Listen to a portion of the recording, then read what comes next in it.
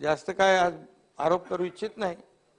काही गोष्टी आहेत त्या मलाही माहित आहेत आणि त्या योग्य वेळी बाहेर येतील।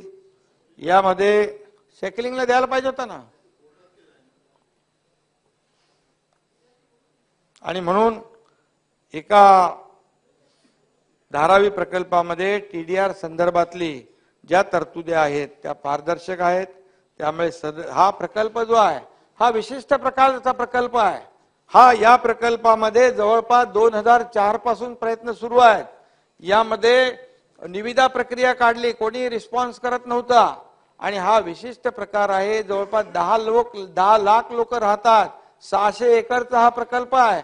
आजची परिस्थिती तिथे आम्ही साफसफाई डीप क्लीन ड्राईव्हला गेलो त्या दिवशी बघितलं, गटार, पब्लिक टॉयलेट, रस्ते सगळं पाहिलं। आणि या विशिष्ट प्रकारच्या व्हायटल प्रोजेक्टसाठी जेव्हा विशिष्ट प्रकारच्या सवलती दिल्याशिवाय हा प्रकल्प होऊ शकत नाही आणि या सर्व सवलती ज्या आहेत त्या टेंडरमध्ये टाकण्यात आल्या होत्या।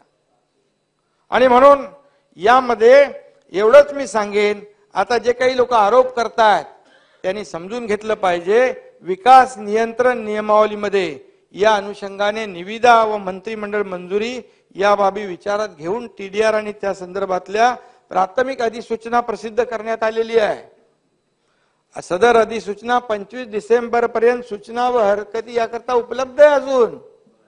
अजून त्याच्यावर निर्णय घेतलेला नाही। त्यामुळे आरोप करायच्या अगोदर विचार केला पाहिजे, स्टेटस काय आहे, प्रेझेंट स्टेटस या प्रकल्पाचं काय आहे।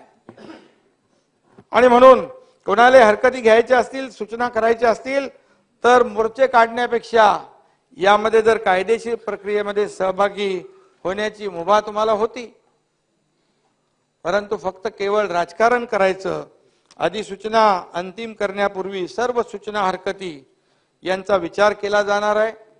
त्यामुळे प्राथमिक अधिसूचना म्हणजे निर्णय असं समजून आरोप करणं हे चुकीचं आहे। आणि म्हणून नक्की यामध्ये जर सहकार्याची भूमिका जर घेतली असती तर नक्की त्या लोकांना, धारावीच्या लोकांना फायदा झाला असता। जसं मातोश्री 1 पासून मातोश्री 2 हा जसा आपला अभिमानास्पद प्रवास झाला, तसा या धारावीकरांचा जो प्रवास आहे धारावी 1 पर्यंत व्हायला पाहिजे।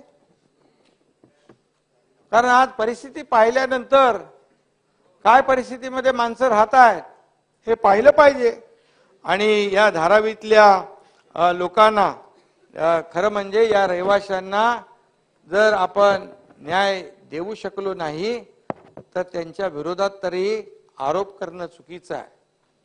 आज ज्या परिस्थितीमध्ये ते राहत आहेत तिथे जो धारावी प्रकल्प आहे SRA मध्ये मला वाटतं सिंगल खालच्या ग्राउंडला मिळतं, वरच्याला मिळत नाही घर। परंतु हा पहिला प्रकल्प आहे की सर्वांना घरं त्याच्यामध्ये मिळणार आहेत। म्हणजे पहिला, दुसरा, तिसरा, चौथा जो कोणी असेल माळा सगळ्यांना घरं, सर्व लोकांना घरं देणारा हा सगळ्यात पहिला भारतातला पहिला प्रकल्प आहे। पात्र अपात्र सगळ्यांना, फक्त पात्र माणसाला NC2 तिथे जे दुकानदार आहेत, जे छोटे मोठे उद्योग आहेत त्यांना तिथे मिळेल। जे अपात्र आहेत त्यांना काहीतरी 10 किलोमीटरच्या परिघामध्ये रेंटल स्कीम मध्ये घरं मिळतील। परंतु त्यांना विकत घेण्याची देखील मुभा आहे, विकत घेण्याची मुभा देखील ठेवलेली आहे।